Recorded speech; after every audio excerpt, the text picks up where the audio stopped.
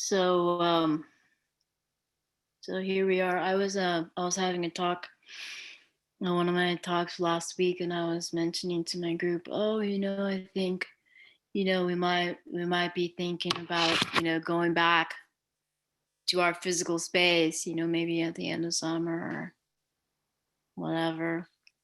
I was feeling really jubilant about spring and thinking about summer coming and feeling vaccinated myself. I finally went and did it. I felt,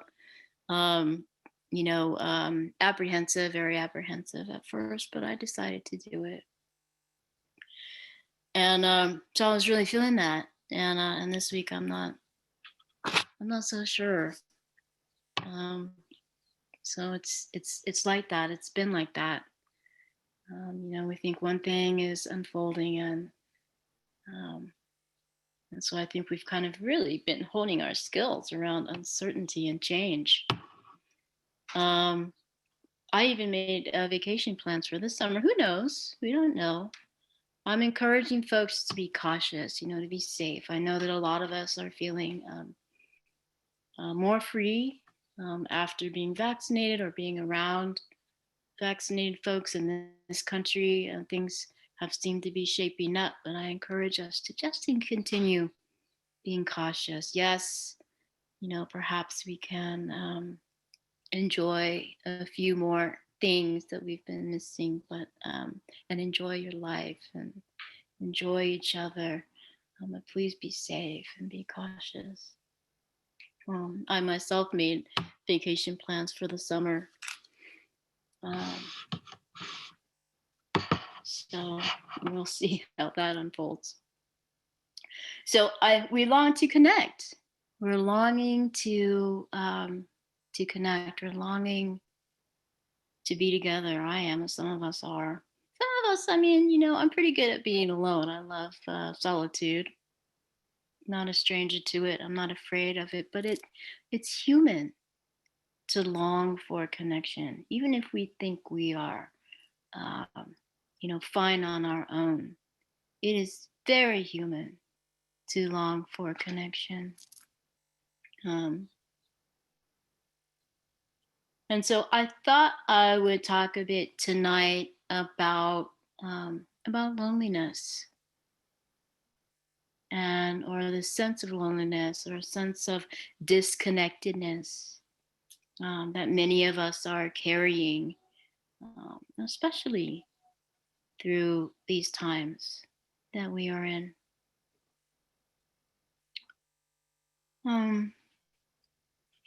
So where does this sense of disconnectedness or loneliness come from?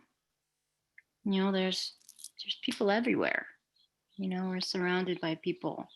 Some of us have people above and below and all around us in the streets, are surrounded by coworkers, some of us throughout the day, or other students, and we're connecting all the time. We're connecting via technology, right? So where does this sense of disconnection or loneliness come from? How many of us find ourselves with a sense of despair or self-loathing at times, and needing or seeking some form of external validation? Yeah. See me, validate me, validate my effort, my being, whatever it is. It could be in a partnership, it could be in your careers, your livelihoods. In many ways, we want validation. And we're seeking, in essence, we're seeking wholeness when we have wandered away from our own selves in many ways. And we're seeking peace and contentment by searching out here somewhere. And it doesn't sound peaceful. It doesn't sound content, searching, seeking all the time. We're trying to soothe our egos and build ourselves up by buying with the opinions of others. This external validation. We see it all over the internet these days. We see our young people, or many of us, contorting ourselves in our imagery now. There are tools to do this with our photographs. We just want to be validated. We want to be accepted. We want, we're seeking this wholeness, this contentment out here. So it's hard to sit with just the intensity of our being sometimes. And so we're attempting to quiet the fires of our humanity by running away from them, out there. Everyone here, I'm sure, knows what you're supposed to do if you find yourself in flames, right? What do? We stop, drop, and roll, right? That's what we do. And so the first thing that we must do is to stop. You must tend to whatever is burning in here, even loneliness, that sense of disconnection.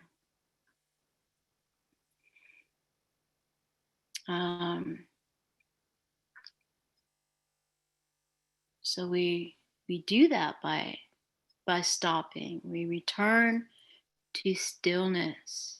We return to ourselves. And we return to ourselves by returning home here in the body.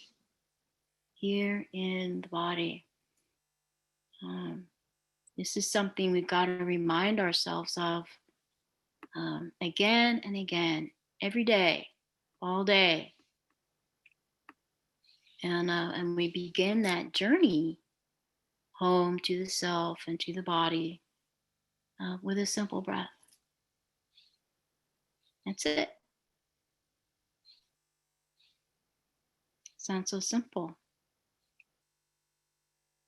And so I don't know if you noticed in the meditation, but when we do that, we immediately begin to feel more solid in ourselves.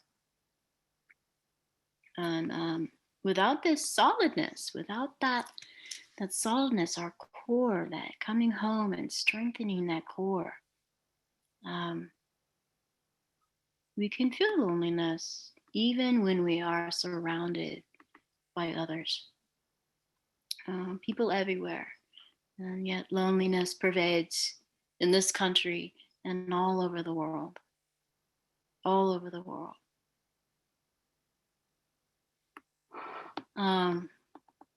Who's heard of the illusion of separateness? How many folks have heard about this illusion of separateness that we have?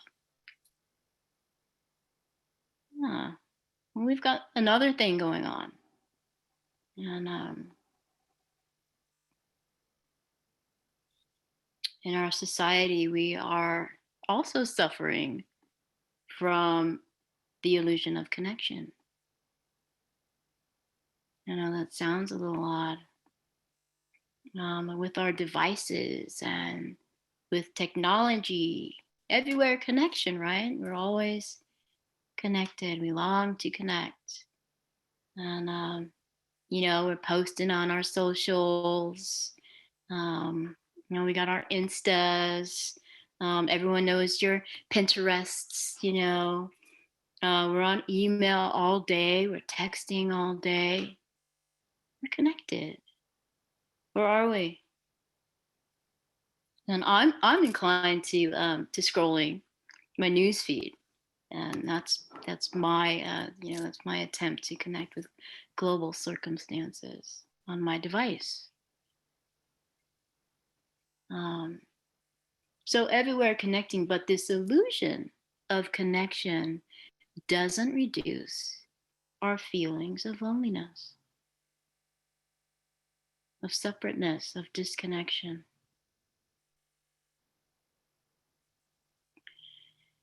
So, how do we find true connection?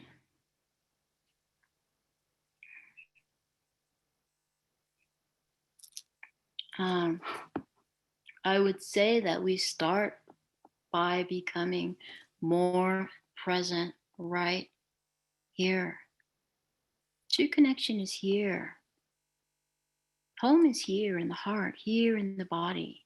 This is where we find connection, as frightening as that may seem at times. When we walk the path to the heart just by being with, we will find contentment. We will find peace. We find our solidity. It's a place of power because it's a powerful place. When we're at home, right here in the body, we're not afraid. We're not high Andromeda. We're not seeking to fill ourselves with external things. And there's a freedom in that. There is a profound freedom in that.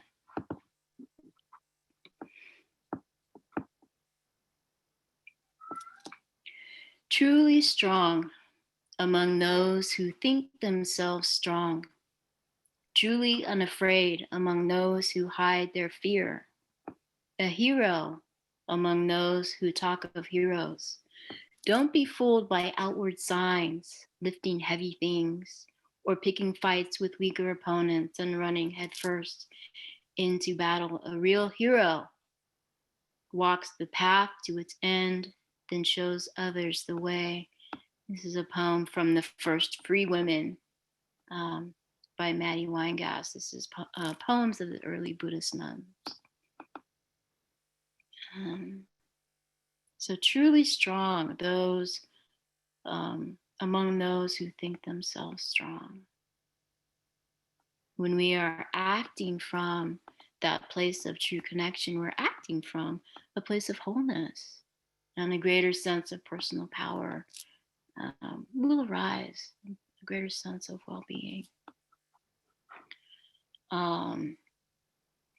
So maybe when you sit down to be present, or to connect with the body, to connect with yourself, things are difficult at first, especially when we're feeling disconnected, fragile, and afraid. If we've been lost in by our conditioning in this way, wandering around trying to light the way with our cell phones, running around in flames, never cooling the fires, things might have piled up a bit inside here, and it maybe feels a little disjointed or jumbled sometimes. But we start with one breath. We start with one breath. And whatever arises, we tend to it. Whatever arises, we tend to it. We have the power to do that. We do our best to embrace what is here, what is right here. We can embrace that frightened, anxious, tense, angry, or lonely child inside of here. And this is the first step. This is the act of actually coming home to ourselves and to that genuine place of connection that we long for, of safety, of contentment. It's that embracing ourselves, our true home. Thich Nhat Hanh says, the way out is in, connecting with the body. Walk like a Buddha. Recover yourself with every step. Every step. The Buddha has a discourse. It's called the Atidipa Sutta. It's from the Samyutta Nikaya. And in this discourse, he says, maybe you've heard it, he says, be an island unto yourself. Be your own refuge, having no other. And he's saying, be your own light. So in this way, we can be a support to others around us. We first got to connect here before we can connect out here. And how can we connect with other people when we haven't connected with ourselves? So when we're mindful and more solid and stable within ourselves, we can see clearly, and whatever we do or say, typically be more beneficial to others once we connect with that solidness mindfully. And when we're able to connect in here, then when we're able to connect out here. Our stability supports others in their journey homeward, in their journey toward connection. So we can support our families, we can support in our other relationships, our colleagues, our communities, just by this simple act of sitting with the breath and body, or by paying attention with every step in all of our actions to that place of contentment, of safety, of wholeness. Only from there can we tend to the world.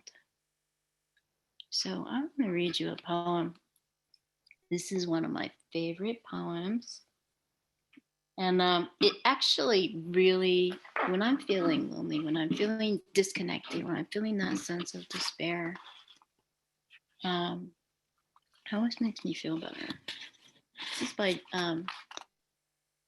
Joy Harjo. She's actually our poet laureate presently. She's the first Native American poet laureate.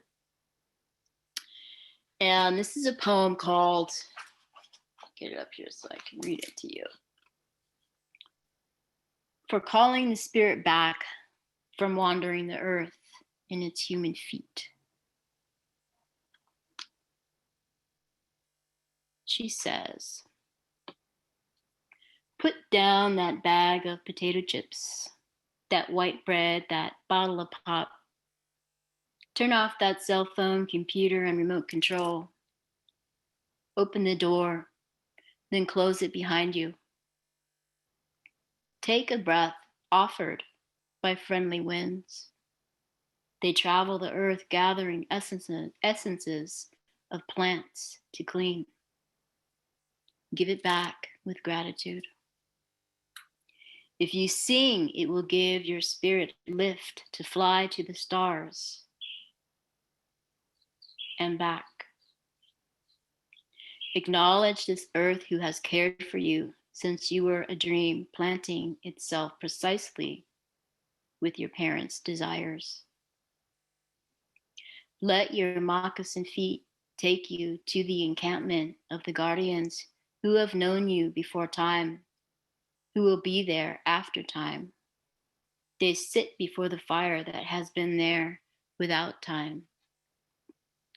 Let the earth stabilize your post-colonial insecure jitters.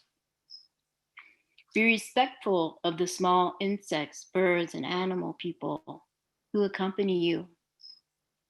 Ask their forgiveness for the harm we humans have brought down upon them. Don't worry, the heart knows the way. Though there may be high rises, interstates, checkpoints, armed soldiers, massacres, wars, and those who will despise you because they despise themselves. The journey might take you a few hours, a day, a year, a few years, 100, 1,000, or even more. Watch your mind.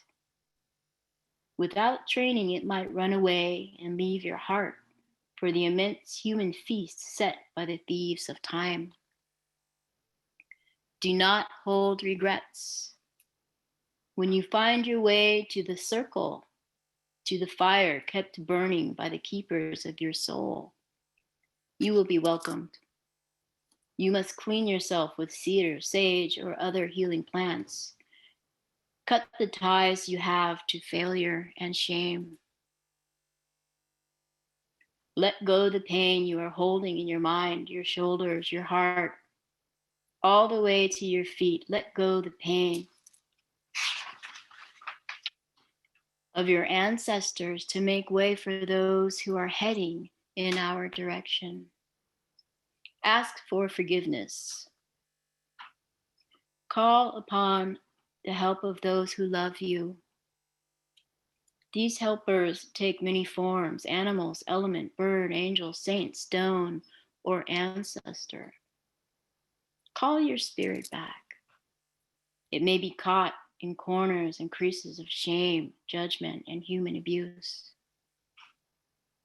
You must call in a way that your spirit will want to return. Speak to it as you would to a beloved child. Welcome your spirit back from its wandering. It may return in pieces and tatters. Gather them together. They will be happy to be found after being lost for so long.